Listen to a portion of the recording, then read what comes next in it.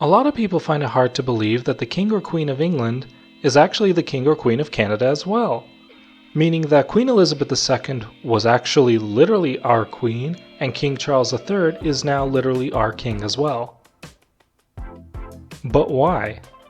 I mean, obviously we used to be a colony of the British Empire, so that's why, duh. But we haven't been a colony for 90 years now, so why do we still have the same head of state? Simply put, nobody really wants to rock the boat, and quite frankly, the monarchy doesn't really affect us in any meaningful way, so it doesn't really seem like it matters. I mean, things are pretty good here, so why would anyone want to bully the monarchy? Yes, there are a lot of staunch Republicans, primarily in Quebec, and a lot of tea-drinking monarchists over the age of 70, but most opinion polls show that apathy is still the overwhelming sensation. So I guess, God bless the king? However, what if the national mood changes and we wanted to ditch the crown and go our own way into republicanism? You know, a little more USA, USA, ooh, ooh, ooh. Except more like Canada, Canada, or something like that. Well, it's more or less impossible. Why is that? In Canada, you'd have to use the most difficult constitutional amending formula to make such a change happen. You need to get the House of Commons and the Senate to pass the amendment. Okay, not so bad, I mean that's kinda how laws are passed.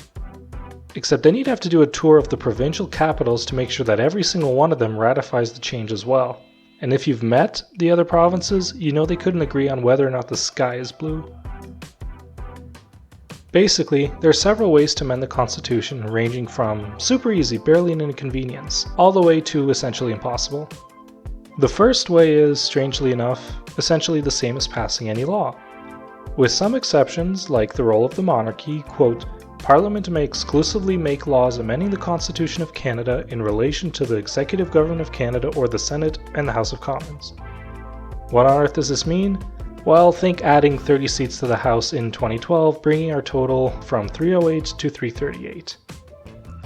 But also don't mistake this one for what happens when the federal constitution affects one or some of the provinces, because in that case it does require Ottawa to agree to the changes, like when Canada built the Confederation Bridge to PEI, and so they both agreed that if the bridge was open, the constitutional requirement to operate a ferry to the island wouldn't be needed.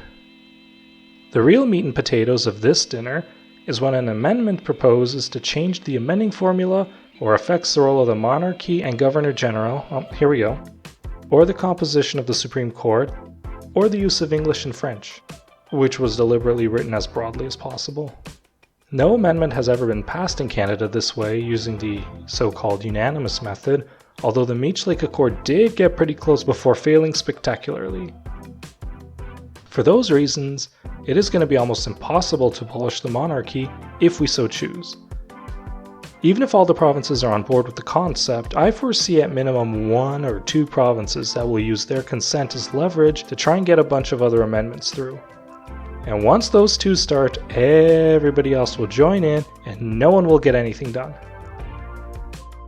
Not to mention the last time the constitutional debate almost ripped the country apart, so nowadays most federal politicians would rather drink lead paint than reopen the Constitution. It's funny when you think of it. The province that least wants the monarchy is indirectly the biggest reason why the monarchy will remain.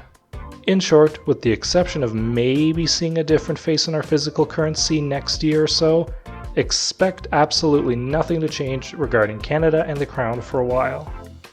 Now put your phone down and run your hand under cold water to soothe that hot take.